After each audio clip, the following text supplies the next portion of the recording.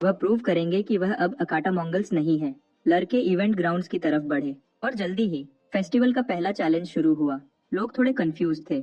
अब तक competitors individual talent के बेस पर जीतते थे और ग्रुप सेपरेशन अनयूजुअल थी। क्राउड टीम फॉर्मेशंस के बारे में चर्चा कर रही थी, लेकिन ज्यादातर को यकीन था कि ओयोटा जरूर जीतेगा। लिविन स्पेक्टेटर्स के अपने स्कूल के बारे में नेगेटिव कमेंट्स को इग्नोर नहीं कर पाया। आयरीन ठीक उसके पीछे प्रोटैगनिस्ट के रिएक्शन को देखती रही, लेकिन किसी तरह वह यकीन नहीं कर पा रही थी कि क्या हो रहा था। इग्नाइट एकेडमी का गोलम ने पहले ही एक बाह खो दी थी, लेकिन स्टूडेंट्स डिटर्मिन्ड थे और खुद को पुश करते रहे। लिविन भले ही एक्टिवली पार्टिसिपेट नहीं कर रहा था, ऑडियंस से बहुत सारी एडवाइस चिल्लाकर दे रहा था और उसके गाइडेंस से एकेडमी गोलम का राइट आर्म भी तोड़ने में कामयाब हो गई। कोई उसने जो देखा उससे पूरी तरह गुस्से में था। वह सेटा था जिसने चिल्लाना शुरू किया, पूछा कि उसके टीममेट्स अकाटा मंगल से कैसे हार सकते थे। इग्निट टीम मजाक नहीं कर रही थी। वह ओयोटा गोलम पर लगातार हमला करते रहे, मॉन्स्टर को रिकवर होने का कोई चांस नहीं दिया। सेडा की वेन्स शुद्ध नफरत से फूल गई। आयरीन का हाथ उसके मुंह पर गया, जो वह देख रही थी उससे पूरी तरह इम्प्रेस थी। आइग्नेट के जीतने का रीजन शुद्ध स्ट्रेटेजिक था। ये स्ट्रेटेजी लेकिन तभी पॉसिबल होती जब हर पार्टिसिपेंट की इंडिविजुअल स्ट्रेंथ को एक्सट्रीम प्रिसीजन के साथ असेस किया जा सकता।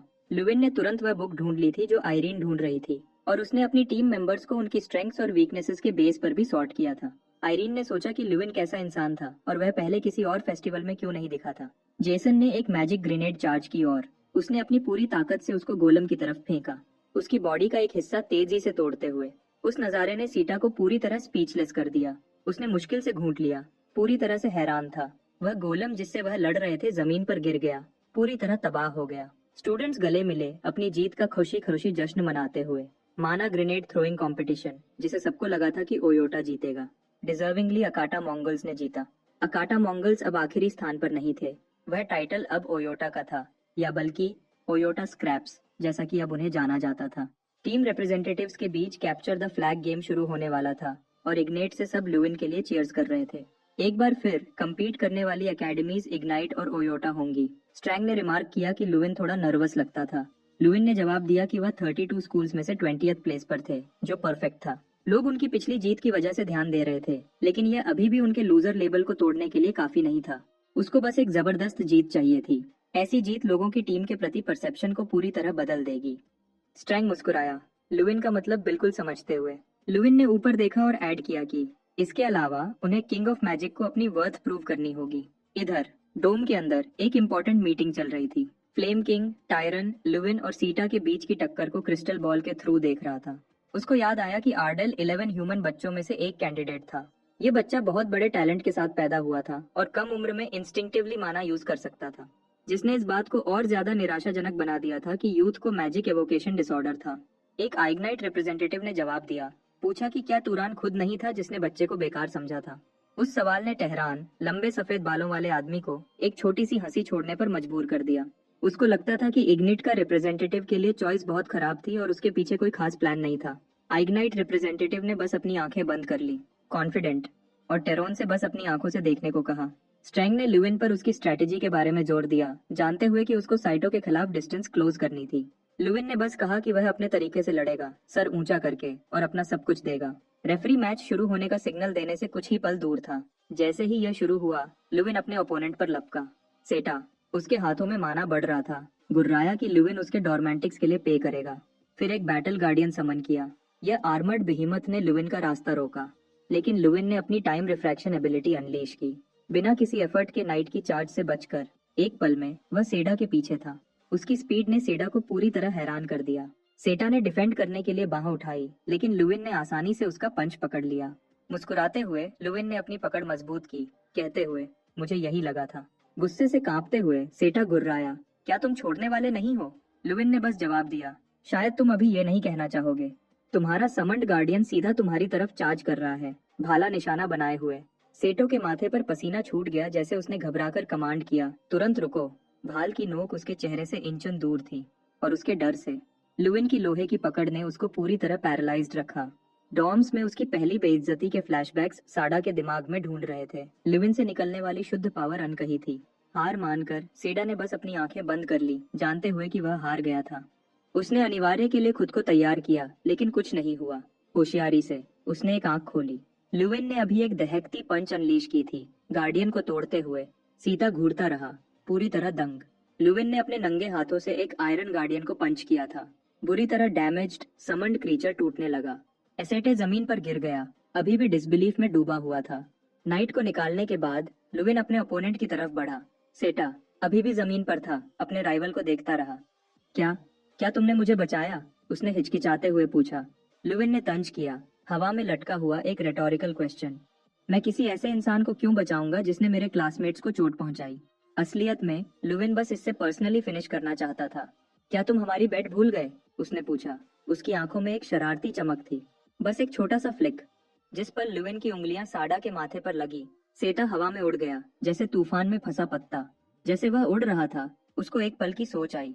आसमान हैरानी से नीला था। पूरा स्टेडियम फट पड़ा। स्पेक्टेटर्स हैरान थे उस अनबिलीवेबल मूव से, जबकि इग्नाइट एकेडमी जीत के जश्न में गरज रही थी जैसे उन्होंने अभी चैंपियनशिप जीता हो। क्राउड एक्साइटमेंट से भर गई, हर कोई लुविन के बारे में बात कर रहा था। लेकिन लुविन का डिस्प्ले किसी और बहुत ज्यादा ताकतवर की आंखों में आ गया। फ्रंटियर मेज देखता रहा, पूरी तरह यकीन नहीं कर पा रहा था। वह अकेला 8 स्टार मेज, एक ऐसा प्राणी जिसे डेमी स्पिरिट की तरह पूजा जाता था, ने कभी ऐसा करिश्मा नहीं देखा था। उसकी आंखें शौक से बड़ी, उसकी गहरी हैरानी को दर्शाती थी। अपने क्रिस्टल बॉल के थ्रू देखते हुए उसने इस यंग लड़के की आइडेंटिटी पर गौर किया। अपनी बढ़ती हुई क्यूरियोसिटी को मुश्किल से रोक पाते हुए फ्रंटियर मेज यह जानने के लिए बेचैन था कि लुविन आर्डेल कौन था। क्यूरियोसिटी और गुस्से का एक ताकतवर मिक्स किंग को घेर लिया। उसने इग्नट से लुविन के बारे में सब कुछ रिवील करने की डिमांड की। लॉर्ड ने अपना सर झुकाया, एक पल के लिए शांत रहा। फिर इग्नट बोला, लड़के को सबसे ऑर्डिनरी स्टूडेंट बताया जो इमेजिनेबल था, कोई ऐसा जिससे सबको छोड़ने की उम्मीद थी। फिर भी उसने किसी तरह अपनी वीकनेसेस को एक अनस्टॉपेबल स्ट्रेंथ में बदल दिया था। यही इग्नट ने कंक्लूड किया, वह सब था जो उसको लुविन के बारे में पता था, अभी के लिए। जैसे वह उठते हैं, किंग कहते हैं कि वह जानते हैं कि टीरियन लड़के को अपनी क्यूरियोसिटी से बचाने की कोशिश कर रहा है। शायद मुझे लड़के को समन करना चाहिए और उससे पर्सनली बात करनी चाहिए। इग्नट भी खड़ा हो जाता है, वार्न करते हुए कि अगर किंग जबरदस्ती जवाब निकालने की कोशिश करेगा तो उसको रोकना होगा, चाहे जो भी कीमत हो।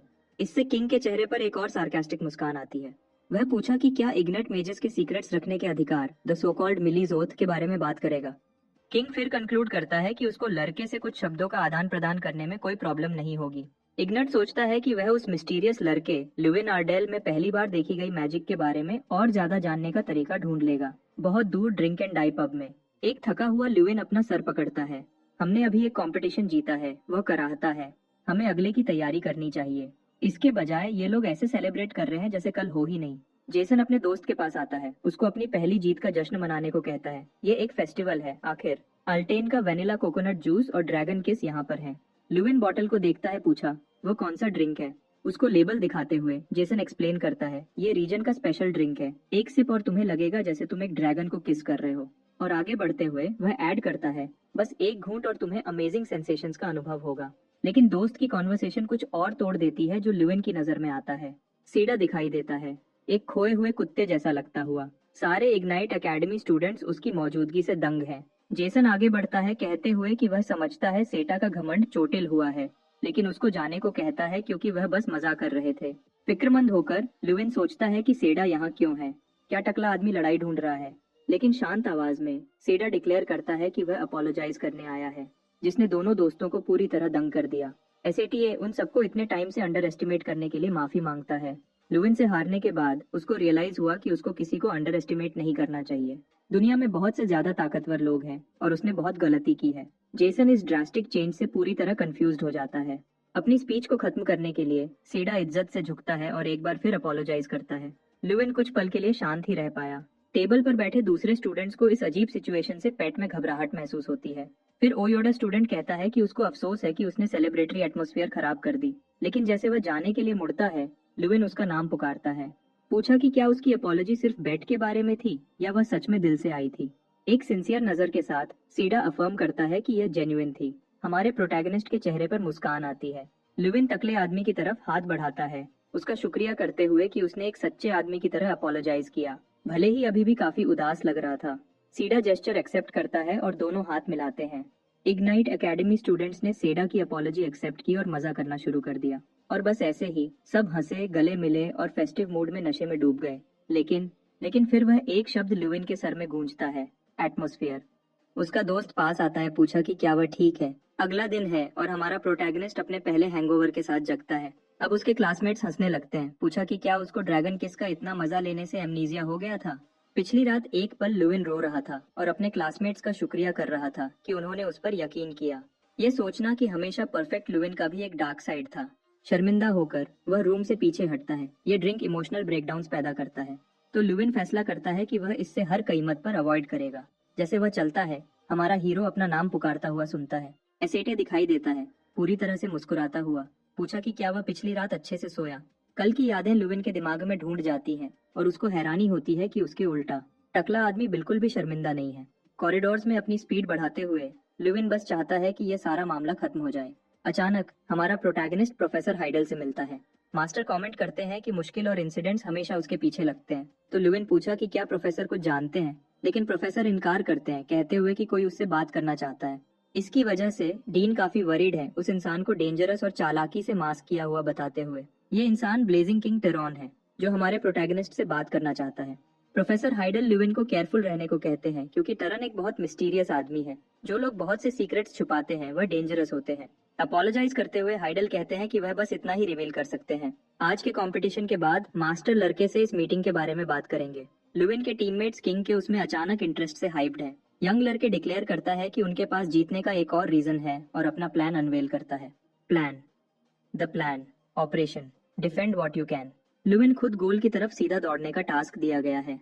एरो बॉल मैच में एरोज खुद मूव करते हैं अरीना में उड़ते हुए।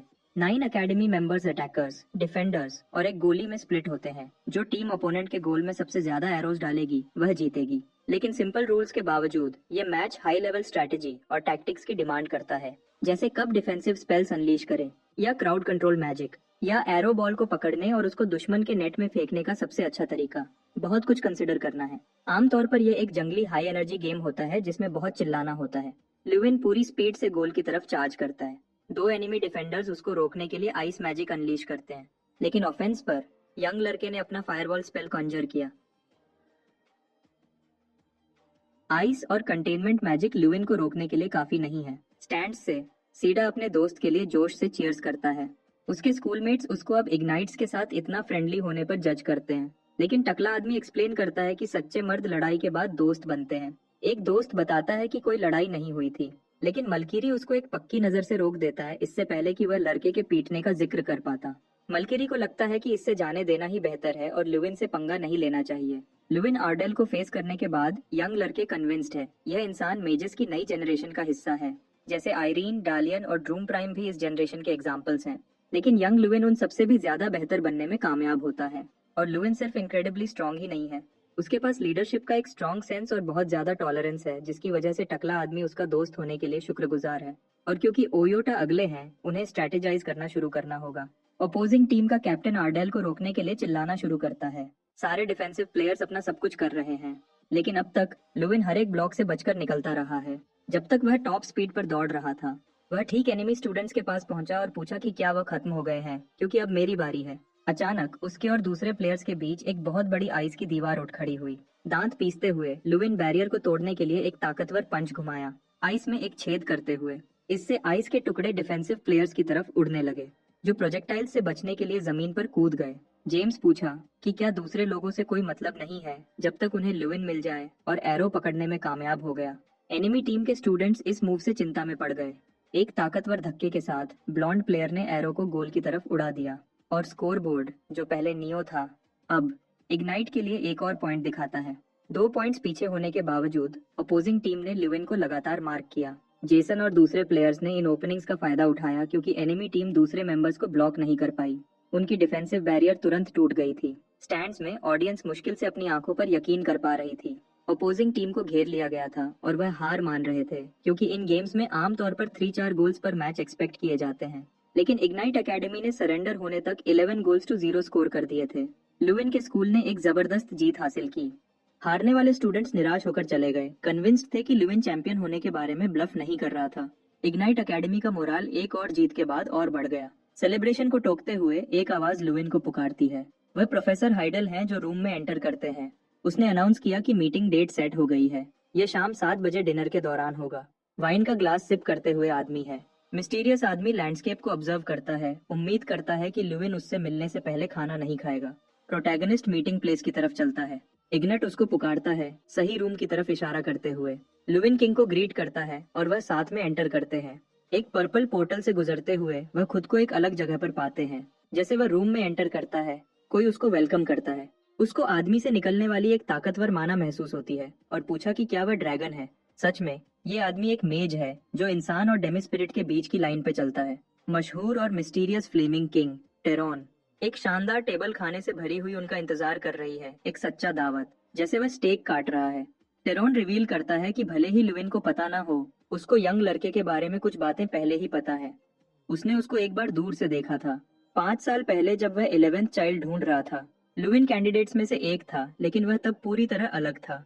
एनीवे, तरन सीधा पॉइंट पर आना चाहता है और जानना चाहता है कि यंग लड़के के साथ इन सालों में क्या हुआ। लुविन अब समझता है। उसकी मौजूदगी ये प्रूव करती है कि बाउंड्री मेज का जजमेंट गलत था। टेरन प्रोटैगनिस्ट से सुनना चाहता है कि वह तब गलत नहीं था।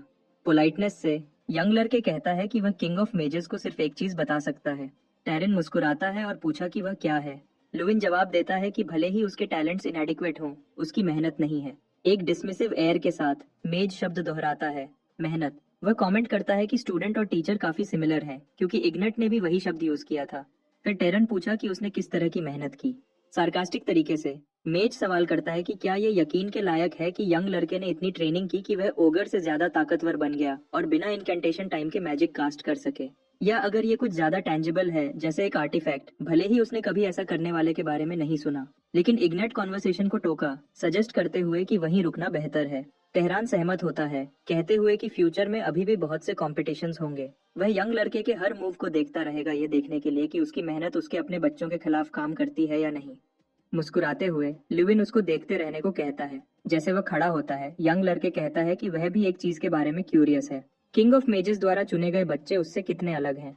टेरन की नजर तुरंत बदलती है, जैसे वह एक चैलेंज जैसा लगा। इधर स्टेडियम पहले ही पैक्ड है। लोग जमा होते हैं और चीयर्स करना शुरू करते हैं। इग्नेट कमेंट करता है कि किंग ऑफ मेजेस बहुत पोलाइट थे और उसके लिए उनका शुक्रिया करता है। टेरोन मजाक करता है, पूछा कि क्या इग्नेट को लगा था कि वह स्टूडेंट को खा जाएगा या कुछ और। वह कहता है कि चिंता करने की जरूरत नहीं थी, क्योंकि उसको हमेशा टैलेंटेड मेजेस को अच्छे से ट्रीट करना पसंद है। वह बस क्यूरियस था। इग्नेट पूछा कि क्या किंग की क्यूरियोसिटी सेटिस्फाइड थी। टेरोन जवाब देता है कि लड़के ने अपने सीक्रेट्स रिवील नहीं किए, तो कुछ भी सेटिस्फाई करने का कोई तरीका नहीं था। लेकिन एक और तरह की क्यूरियोसिटी फूट चुकी थी। वह हिम्मत वाला रास्कल ने उसको कुछ सटली वार्न किया था। इग्नेट टेरन से यंग लड़के पर नरम रहने को कहता है, क्योंकि वह अभी भी सिर्फ एक यूथ है। यंग लड़का किंग ऑफ मेजेस के सामने भी डरता नहीं लगता था, जबकि दूसरे आदमी भीख मांगते और चापलूसी करते। ये उसको सच में एक फैसिनेटिंग पर्सन बनाता है। और इससे टेरन को ये उम्मीद होती है कि वह बच्चा जिसे वह पाल रहा है, वह भी थोड़ा और इंटरेस्टिंग बन जाए। स्टैंड्स फट पड़े और बहुत सी चिल्लाने की आवाजें सुनाई दे सकती हैं। ज्यादातर लोग डूम के लिए चीयर्स कर रहे हैं, लेकिन यंग लड़के उदास लगता है। सोचता है कि इस तरह का चीयरिंग उसके लिए इनसिग्निफिकेंट है। अचानक एक यंग लड़का दिखाई देता है, कुछ कहने के लिए दौड़ता हुआ। उसने डूम के कान में कुछ फुसफुसाया, जिससे उसने पूछा कि क्या वह श्योर है उसने जो अभी कहा। लड़के ने कंफर्म किया कि उसने अपनी आंखों से आर्डेल को मैजिक टावर में जाते हुए देखा था।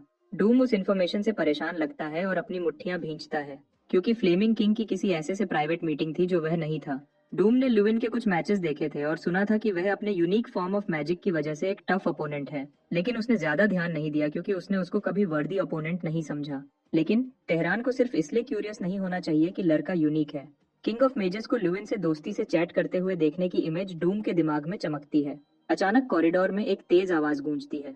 डूम दीवार पर घुसा मारता है, गुस्से से भरा हुआ।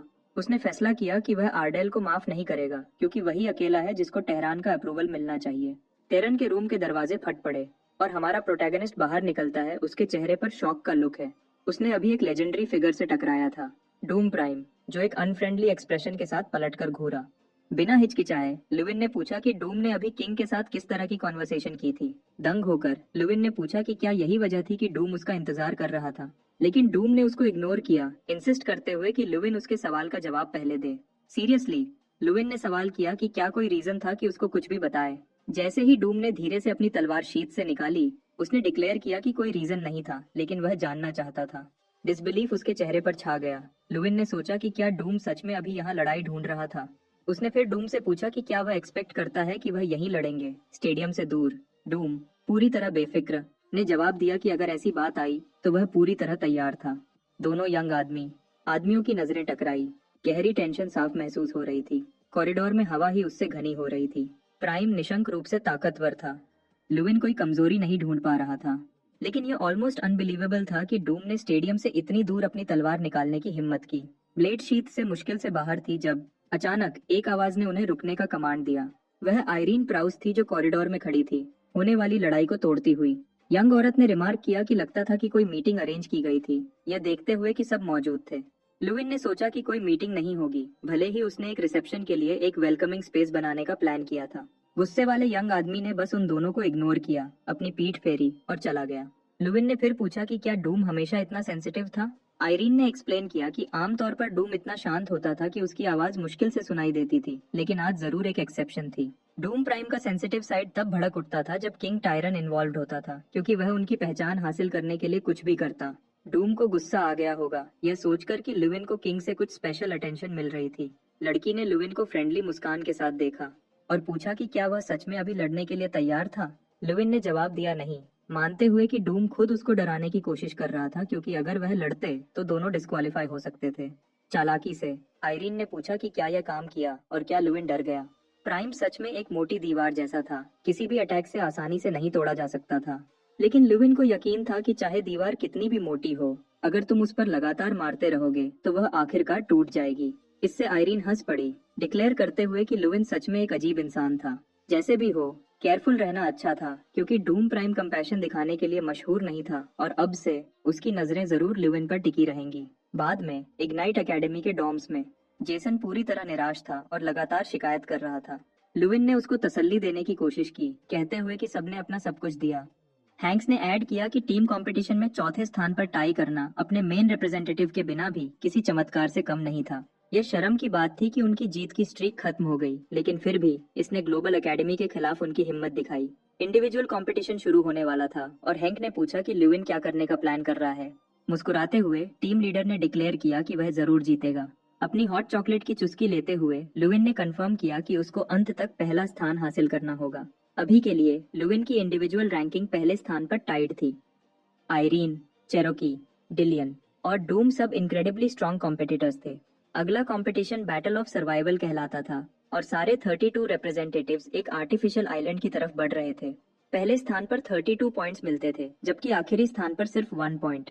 क्योंकि पॉइंट्स रैंकिंग डिटरमिन करते थे, यह कंपटीशन बहुत बड़े शिफ्ट्स पैदा कर सकता था। हैंक को यकीन था कि उसका दोस्त बहुत अच्छा कर सकता है, लेकिन पूछा कि क्या लुविन को दूसरों की तरह तैयारी नहीं करनी चाहिए। दूसरे रिप्रेजेंटेटिव्स पहले ही अलायंसेस बना रहे थे। इस कंपटीशन में सर्वाइवल के लिए अलायंसेस बनाना सिर्फ पॉसिबल ही नहीं, बल्कि एक वैलिड स्ट्रेटेजी भी माना जाता था। दूसरों के टीम्स के रूप में काम करने की संभावना के साथ लुविन के लिए अकेला सब कुछ हैंडल करना ऑलमोस्ट इम्पॉसिबल होगा। हेंकेस ने सजेस्ट किया कि लुविन कॉलम ज्वाइन करने की कोशिश करे। एक इंसान लुविन के दिमाग में शुरू से ही था, लेकिन ये गारंटी नहीं थी कि वह उसके साथ टीम अप करना चाहेगी। भले ही यह पॉसिबल होता, लुविन गहरी सोच में डूबा रहा। अचानक सेडा दिखाई दिया, लुविन के साथ अलायंस बनाने को कहते हुए।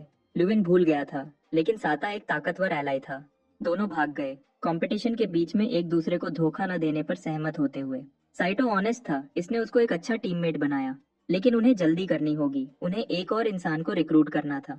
पहुंचने पर उन्होंने लोगों की भीड़ नोटिस की जो कमेंट कर रहे थे कि लड़की कितनी डिमांडिंग थी, किसी को भी ज्वाइन करने से इनकार करते हुए। एकेडमी की शील्ड फूलों से सजी हुई हवा में धीरे से हिल रही थी। सेडा को हैरानी हुई कि यह लुविन का आइडिया था। अभी भी दंग था। सेडा को पता था कि आयरीन इनक्रेडिबली स्ट्रांग थी और पूछा कि क्या दोनों दोस्त थे। उसने फिर आयरीन के साथ टीम अप करने के आइडिया पर एक्साइटेड होना शुरू किया, लेकिन लुविन ने उसको शांत होने को कहा, क्योंकि उसने अभी तक पूछा ही नहीं था। अपेरेंटली हर कोई जो उससे पूछने आया था उसको रिजेक्ट कर दिया गया था। ये ऑलमोस्ट एक लव कन्फेशन जैसा लगा। लेकिन जैसे दरवाजा खुला, आयरीन ने उन्हें बकवास बंद करने को कहा। वह पहले ही वहां थी, उन्हें देखती हुई, और मुस्कुराते हुए पूछा कि क्या उन्हें स्ट्रेटेजीज डिस्कस करने के लिए एक मीटिंग अरेंज करनी चाहिए। 3 नए टीममेट्स अपनी स्ट्रेटेजीज प्लान करना शुरू किए। लुविन ने कंफर्म किया कि सबसे बड़ा ग्रुप 14 लोगों का होगा। इस ग्रुप को डेली और माल्किन लीड करेंगे, जिसे एक जीनियस माना जाता था जो हमेशा टॉप 5 में रैंक करता था। यह इंसान प्राइमरीली लाइट मैजिक और डिवाइन मैजिक यूज करता था। सीडा ने कमेंट किया कि डालियन शायद पूरे ग्रुप में सबसे टफ इंसान होगा जिससे डील करना होगा। लेकिन हमारे प्रोटैगनिस्ट ने रिवील किया कि कोई और भी था जिसको हैंडल करना उतना ही मुश्किल था। डूम प्राइम, जिसके पास अब उसके खिलाफ एक पर्सनल वेंडेटा थी। टूर्नामेंट का कंटेंट आखिर हर इंसान की परफॉर्मेंस के बेस पर वेरी करता था। बहुत दूर एक उड़ने वाली बोट आसमान में उड़ रही थी। एक आदमी ने पूछा कि क्या सबने अपना आर्मर पहना हुआ है। एक बार आर्मर की ड्यूरेबिलिटी खत्म हो गई तो कॉम्पिटिटर्स ऑटोमेटिकली टेलीपोर्ट हो जाते और एलिमिनेट हो जाते। ट्रांसपोर्ट पहले ही आइलैंड के पास पहुंच रहा था जहां टूर्नामेंट होगा। सारे कॉम्पिटिटर्स लाइन में उतारे। साटा कांप रहा था, साफ तौर पर नर्वस था, शुरू होने से पहले भी। उन्हें बस उस आइलैंड पर 72 घंटे तक सरवाइव करना था। डूम प्राइम के इर्द गिर्द टेंशन बढ़ गई। सारे पार्टिसिपेंट्स उसके पास होने से डरते थे। जैसे एक्सपेक्ट किया गया था, वह अकेला काम करना पसंद करता था, लेकिन उसको अंडर एस्टिमेट नहीं करना चाहिए था। वहां से स्टूडेंट्स को बस एक बोट से मेन आइलैंड तक जाना है। छोटे वेसल के अंदर लड़के एक ब्लू पोर्टल से गुजरते हैं और दूसरे एनवायरनमेंट में टेलीपोर्ट हो जाते हैं। एक बैरियर वक्त के साथ श्रिंक होने लगती है, सेफ जोन डिफाइन करते हुए। टीम को जल्दी करनी होगी एक सेफ जगह ढूंढने के लिए, इससे पहले कि बहुत देर हो जाए। आइलैंड में घनी वनस्पति है जिसमें अनगिनत पेड़ हैं। थोड़ी देर एक्सप्लोर करने के बाद लड़कों में से एक को पहले ही भूख लगती है। लीडर के खिलाफ बगावत करने का इरादा न करते हुए टकला आदमी कमेंट करता है कि उन्हें एंट्रेंस पर ही खाना ले लेना चाहिए था क्योंकि वह डिलीशियस लग रहा था। आयरीन उसको छेड़ती है, कहते हुए कि वही था जिसने उन्हें पहले ओपोनेंट्स पर हमला करने की वार्न किया था। लेकिन बहस एक अचानक आवाज से रुक जाती है। लड़कों के पास एक बहुत बड़ा एक्सप्लोजन होता है। इससे सीडा को सोच होती है कि क्या फाइट पहले ही शुरू हो गई है। तकले आदमी का इंतजार किया हुआ पल आ गया है। खाने की चिंता करने की अब और जरूरत नहीं क्योंकि शिकार पहले ही उनके ठीक नीचे है। बेचारे स्टूडेंट्स का एक ग्रुप जंगल से गुजरता है। लड़कों में से एक कमेंट करता है कि उन्हें खाना बाद के लिए छोड़ देना चाहिए था क्योंकि अब चलना बहुत मुश्किल है। एक नीली रोशनी की बीम लड़कों की तरफ तेजी से आती है। सीधा उनमें से एक को लगती है जो एक भारी बैकपैक कैरी कर रहा था। इससे उन्हें अलर्ट मिलता है और सब सरप्राइज अटैक के बारे में चिल्लाना शुरू करते हैं। अपनी मैजिक चार्ज करते हुए सीडा डिक्लेयर करता है कि वह इन रास्कलों का इंतजार कर रहा था और फाइनली अपने आयरन स्पीयर स्पेल को बेचारे टारगेट्स की तरफ अनलीश करता है। इधर आयरीन भी एक अटैक तैयार कर रही है। एक बहुत बड़ी माना बॉल जो उसके सर के ऊपर है वह famous 5th level ice magic है। एक ठंडा ताकतवर ब्लिजर्ड उनके दुश्मनों की तरफ उड़ता है। आयरीन प्राउस से जैसा एक्सपेक्ट किया जा सकता है, वह बिना चेहरे पर एक्सप्रेशन बदले ऐसा ताकतवर स्पेल कंजर करती है। लेकिन अटैक करते वक्त सेटा नोटिस करता है कि एक ब्लो उसकी तरफ आ रहा है। स्टूडेंट्स रियलाइज करते हैं कि सरप्राइज अटैक 3 लोगों से आ रहा है, उनमें आयरीन भी शामिल है। उन्होंने आगे बढ़ने का फैसला किया, जितना हो सके उतना ब्लॉक करते हुए। उनके सामने आए ओपोनेंट्स ताकतवर मेजेस हैं। आखिर ये मत भूलो कि वह भी रिप्रेजेंटेटिव्स हैं। इससे फेस करते हुए प्रोटैगनिस्ट भी एक्शन में कूदने का फैसला करता है। प्रोटैगनिस्ट के पैर से गिरने की आवाज कुछ लड़कों का ध्यान खींचती है। उनमें से एक झाड़ियों पर नजर डालती है और उस डायरेक्शन में एक स्पेल फेंकता है, चिल्लाते हुए, दुश्मन वही है। लेकिन हमारा हीरो मुश्किल से ब्लो को डॉज करता है और एक अपनी टाइम रिफ्रैक्शन एबिलिटी एक्टिवेट करता है। उसको सारे दुश्मनों के बीच तेजी से निकलने और यहाँ तक कि काउंटर अटैक तैयार करने की परमिशन देता है। लड़कों में से एक के पेट पर किक लगाते हुए दूसरा लड़का एक बाइंडिंग स्पेल कास्ट करता है। लिविन उनकी तरफ एक बहुत बड़ा फायरबॉल फेंककर जवाब देता है। लड़के रियलाइज करते हैं कि यह एक माना एक्सप्लोजन है और कवर लेने के लिए दौड़ने का फैसला करते हैं।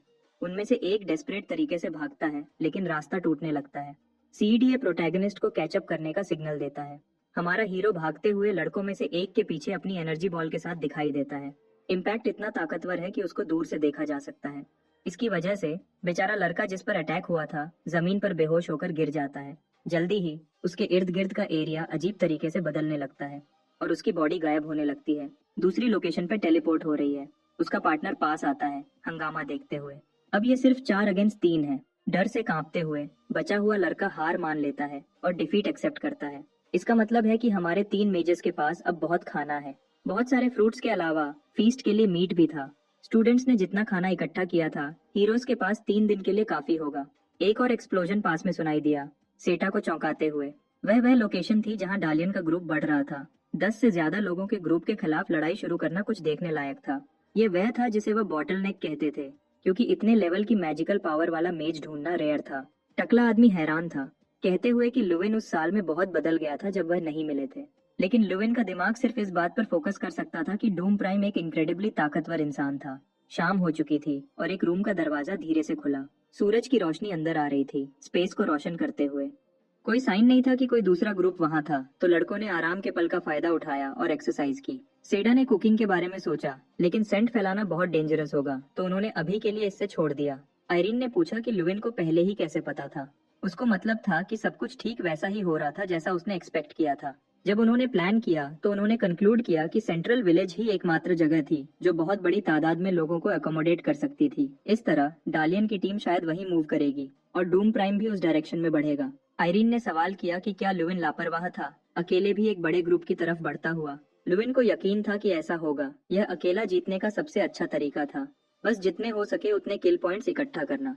ये पॉइंट्स तब ऐड होते थे जब कोई ओपोनेंट को एलिमिनेट करता था और ये एक बहुत प्लॉजिबल जीत का प्लान लगता था। लुविन थोड़ा शर्मिंदा होकर एक्सप्लेन किया कि उसने बस सोचा कि वह वही सिचुएशन में क्या करेगा। इसके अलावा प्राइम ब्लेजिंग किंग का ध्यान खींचना चाहता था तो वह जरूर लापरवाही करेगा। अपनी चिन खुजलाते हुए आयरीन ने लुविन को देखा और उसको यह सब काफी अजीब लगा। जैसे भी हो, ट्रियो ने बारी बारी से सिचुएशन को ध्यान से ऑब्जर्व करने का फैसला किया। रात हो गई और पूरा चांद आसमान को रोशन कर रहा था।